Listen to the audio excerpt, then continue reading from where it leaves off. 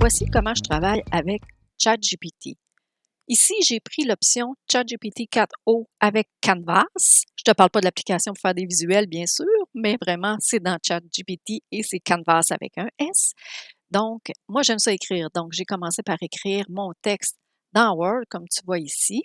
J'ai fait des recherches sur Google, des recherches sur le web pour pouvoir écrire mon texte, pour avoir d'autres informations que je connaissais peut-être pas ou des spécifications. Donc, tout ça est ici. J'ai marqué mes sources, bien sûr, et tout est là. Ensuite, je suis venue coller mon texte ici dans ChatGPT avec Canvas, le modèle avec Canvas. Et ici, j'ai écrit ma requête, j'ai écrit un post LinkedIn et je veux que tu m'aides à améliorer mon texte pour qu'il soit facile à comprendre. Améliore l'introduction et propose-moi une conclusion optimale.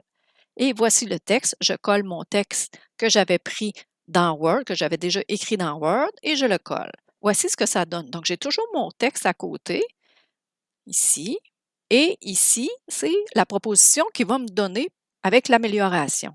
Et ce qui est le fun, c'est que je peux venir le modifier au fur et à mesure. Je pourrais venir le modifier ici, corriger certaines choses, enlever une partie, donc, et ici, par exemple, et je le modifie directement ici. Ensuite, j'ai juste à le copier-coller et revenir, si je veux, le mettre dans mon Word et continuer mes modifications ou toutes les faire ici. Comme tu vois, quand je sélectionne des parties de mon texte, je peux venir redemander des trucs à ChatGPT. Donc, lui demander de modifier certaines parties ou m'expliquer certaines parties. Donc, c'est facile de travailler et ça devient vraiment un assistant. J'ai ramené mon post LinkedIn optimisé que j'ai retravaillé manuellement et je le ramène dans ChatGPT pour lui demander de le reformuler pour créer un post Facebook. Je spécifie sans emoji, sinon il y a tendance à en mettre partout. Et voilà ce que ça donne. En plus, je lui ai demandé de me proposer 5 hashtags pertinents. Ils ne sont pas toujours pertinents, donc à toi de choisir, mais quand même, j'en ai choisi là 3 ou 4. Pour écrire ensuite mon article de blog, je reprends mon texte de départ écrit par moi-même et je viens le passer dans un GPT qui s'appelle GEO Guru. C'est créé par Natasha Tata.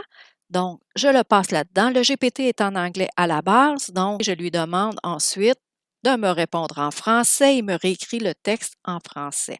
J'obtiens un texte optimisé pour le GEO et mieux structuré, justement pour les IA génératives. Donc, j'ai des ajustements à faire. Je lui demande de mettre le texte au-dessus, utiliser un langage plus familier pour le mettre dans mon style. Et quand je suis satisfaite de la version que j'ai, je recopie et je viens le mettre dans mon Word pour le retravailler à ma façon.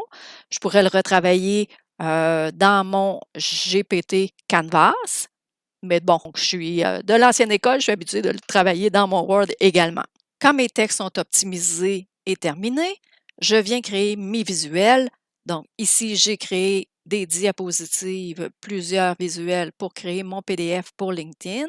J'ai aussi téléchargé en PNG pour venir faire un carrousel LinkedIn et mettre aussi dans Facebook. C'est maximum 10 photos dans Facebook. J'en ai enlevé 2 tout simplement. J'espère que tu as apprécié le partage de ma façon de travailler et que ça peut t'inspirer.